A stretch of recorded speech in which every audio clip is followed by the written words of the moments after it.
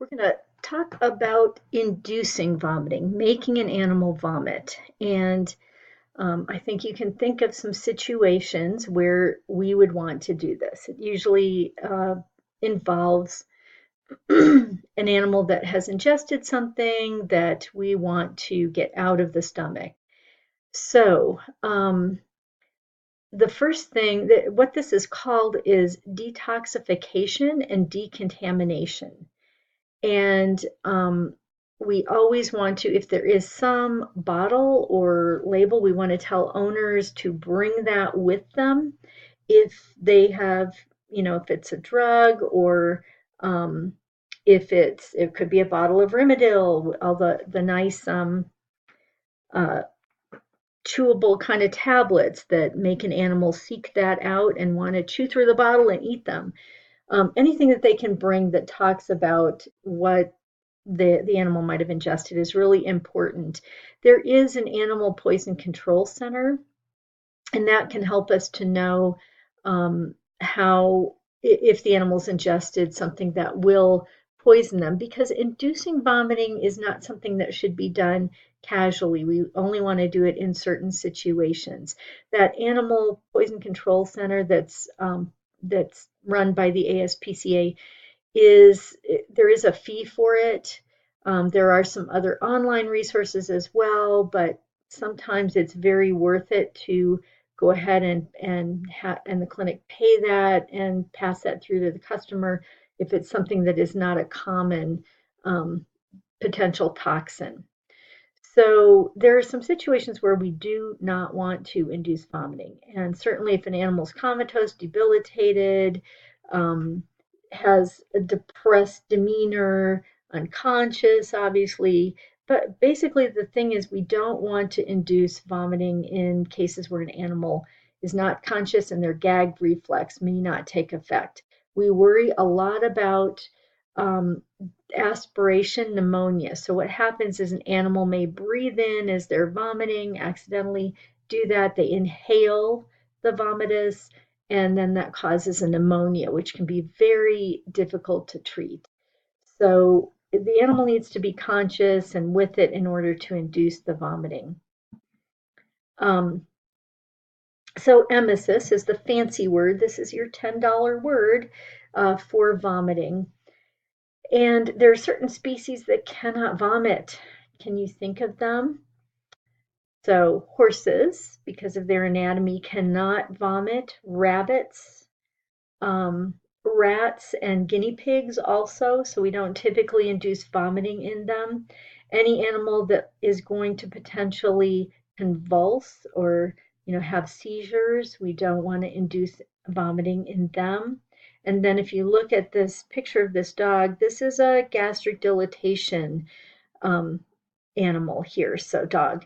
And cats don't get this condition, but dogs get this. And what happens is we have a variety of reasons for this gastric dilatation volvulus, but it typically occurs in deep-chested breeds, um, Irish setters, golden or German Shepherd dogs, some golden retrievers, Irish wolfhounds that just have these deep chests that allow the stomach to twist.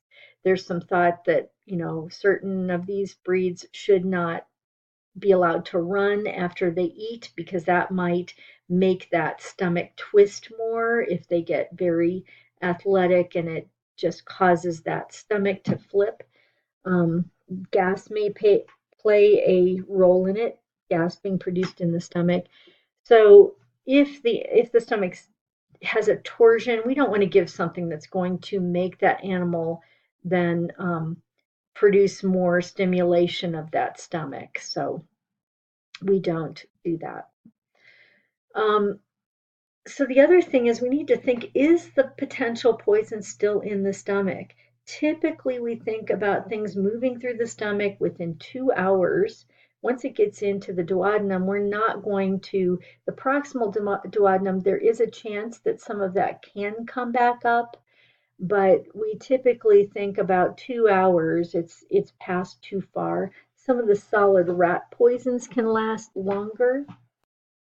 recently attended a continuing education where they talked about toxicities and how there have been studies that have shown that inducing vomiting doesn't necessarily help in treating toxicities, especially when the plan is to give activated charcoal. So this activated charcoal product, there's one called Toxaban, very commonly used, and it will it will actually absorb the toxin. So it has a lot of surface area and will and has a charge on that surface area of the activated charcoal, and that attracts the toxin to it. It also is typically combined with sorbitol, which is a cathartic. We'll talk about what cathartics are, but basically it helps it to pass through the GI tract more rapidly so that it doesn't have enough time for that toxin to be reabsorbed in the gastrointestinal tract as it passes through. Sometimes in an animal that is not conscious, we may pass a stomach tube and put the activated charcoal down and then remove it via a stomach pump. So in a variety of ways, we can help to get rid of these things without inducing the vomiting. And inducing vomiting, as I said, there's that aspiration and that is always a potential. So that's a big thing to weigh in light of how to best treat the animal. Pretty obvious if an animal is already vomiting, we don't want to induce vomiting. I hope you recognize this. I hope you talked about this in your radiology course. We sometimes want to know, are things moving through the gastrointestinal tract? Sometimes we'll leave things to continue to pass through. And this is a contrast radiograph where we've given the animal some contrast material and we're watching things pass through the GI tract to make sure we don't have an obstruction.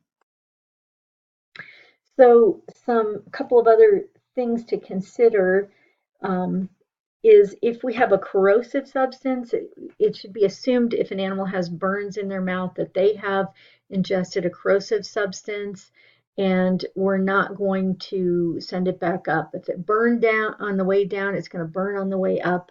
We're going to try to neutralize that substance as best we can and let it pass through neutralized.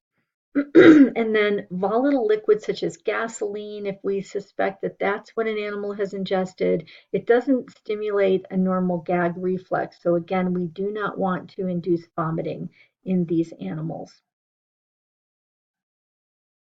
So once the decision has been made to induce vomiting, there are a couple of different types. There are centrally acting and locally acting. The centrally acting are going to be the ones that go to the chemoreceptor trigger zone and stimulate the emetic center. So they're going to get into the bloodstream and act centrally. Locally means that it's going to have its action in the GI tract, right on administration. So we have many more of the centrally acting, and they are more effective generally than the locally acting types. So the two that we're going to talk about are apomorphine and xylazine. And this dramatic picture of this dog, this boxer ate a bunch of chocolate at Christmas time and was taken to a clinic pretty quickly. And they induced vomiting, and they followed it up by giving the dog fluids and then putting that toxaban or the activated charcoal in to absorb any other of the theobromine that results from the chocolate toxicity. So you can see this tech miscalculated on where to place that lovely pad and how much the animal actually ingested. But fortunately, the bulk of it came up. um, so apomorphine. Apomorphine is related to morphine, and that is, you may recognize a controlled substance. It's a C2 on the schedule of controlled substances. So to get this, you would be reaching into the controlled substance cabinet. It directly stimulates D2 receptors, And if you remember a couple slides back, I said that those are the receptors that are more prevalent in dogs. It's not as effective in cats. We can give it IV or IM. Um, and we can also give it very uniquely, we can place a tablet or a piece of the tablet in the conjunctival sac. The conjunctival sac is the eye. We would pull down on the lower lid of the eye and place a small piece of the tablet, depending on the size of the animal, in that area. And so the tears will wet it. It is absorbed readily across that particular mucous membrane. This drug is not absorbed well orally, so that's why we don't give it as in that way to induce vomiting. The other thing about it is it's got to get into the blood system fast, so the conjunctival mucosa is better for that. And if we give it IM or IV, it'll be absorbed quickly in that way. Because if it takes a long time to be absorbed, it will start to affect the respiratory center because of it being an opioid drug, and that will then suppress the vomiting action. So we need to get it in quickly. It'll act pretty quickly once we give it either in the eye or IV or IM. And then once it's done, once the animal has vomited, the dog has vomited, we will flush the eye out and take the rest of the tablet out. So as I said, if we give too high of a dose, it can cause respiratory depression. So we want to be careful in any animal that might already have some kind of condition where we don't want to suppress the respiratory center. And we can reverse it with naloxone if we've given it IV or IM. So if you remember, Narcan or naloxone is a competitive antagonist of opioid drugs, and but it doesn't reduce that emetic property if we do that. So that many clinics will give it in that tablet form in the eye because it will be, the effect will be reduced after we remove the tablet and flush the eye out. Okay, so that works for dogs. For cats, we don't have a lot of great things, but this can work in most cats, and that's xylazine.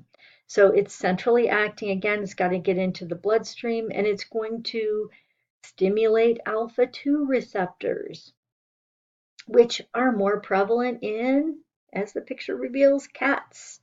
Usually that vomiting will occur within 2 to 5 minutes. It is a sedative, so we have to watch out for that particular property of it. And we have a reversal agent, which is known as yobine or yohimbine, that we can use to reverse this vomiting action after it's had the effect that we want it to have. We do have locally acting emetics as well, and hydrogen peroxide is the main one that we will use. It is recommended by ASPCA. Some clinics will use it. Sometimes they'll recommend an owner try this before bringing an animal in to just get as much of the toxin out as possible. It can be difficult for owners to give on their own if they don't have a syringe. They might try a turkey baster. Sometimes when that hydrogen peroxide, if it's fresh, and it should be only a few months old, then it has that fizzy property that helps with the vomiting. That can hit the mouth and the animal can try to spit it out rather than swallow it. That, and then there were some other treatments that people would sometimes try. Warm concentrated salt water that can actually cause salt toxicity if it's too salty. Solution of powdered mustard in water that has a variable effect on inducing vomiting. Only one attempt should happen, and then the animal should be brought in.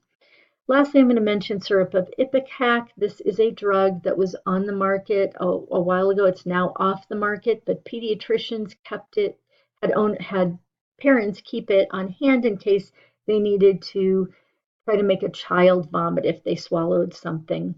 That was shown to be no more effective than to just bring a child into an emergency room for treatment. So that's part of the reason why it was taken off the market. It also had cardiac toxicity if it was out of date. So if anyone ever mentions using that, you want to tell them no, because it's going to be out of date and you want them to bring the animal in.